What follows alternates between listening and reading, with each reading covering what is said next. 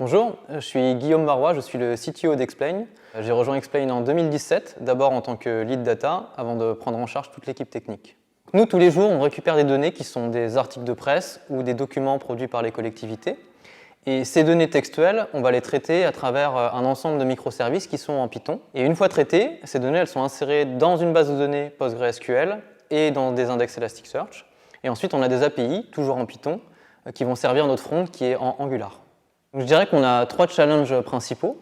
Le premier challenge il réside dans le fait qu'on reçoit tous les jours des volumétries de données qui sont importantes et de sources variées.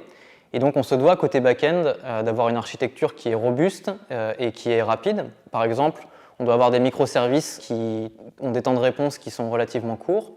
Et côté API, on doit aussi avoir des temps de réponse qui sont faibles malgré des volumétries de données qui sont importants.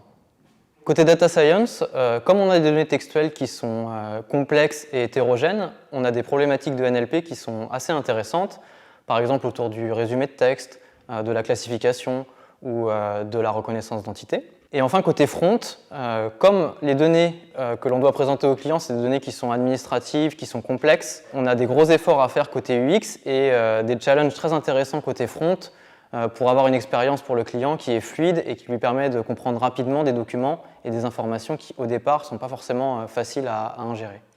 Donc nous, d'abord, on croit très fort à l'implication très tôt des techs dans les phases de réflexion sur les features et dans l'idéation. Une fois qu'on est d'accord sur quelles sont les bonnes fonctionnalités à développer, on entre dans une phase de conception technique. Là, il y a une personne de l'équipe tech qui va être en charge de réfléchir à l'architecture et à la bonne manière d'implémenter la fonctionnalité, en consultant les autres, bien sûr. Il va mettre ça sur le papier, faire valider ces idées par les autres membres de l'équipe, et une fois que tout le monde est d'accord, on commence la phase d'implémentation et le code en tant que tel.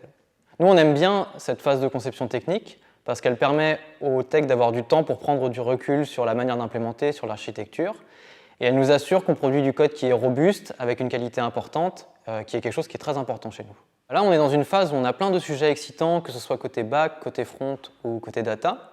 Et par ailleurs, on a une équipe qui est déjà expérimentée et des process qui sont bien en place. On est encore au début de l'aventure, donc il va y avoir encore plein d'opportunités pour progresser et apprendre. Donc je pense que c'est vraiment un très bon moment pour nous rejoindre.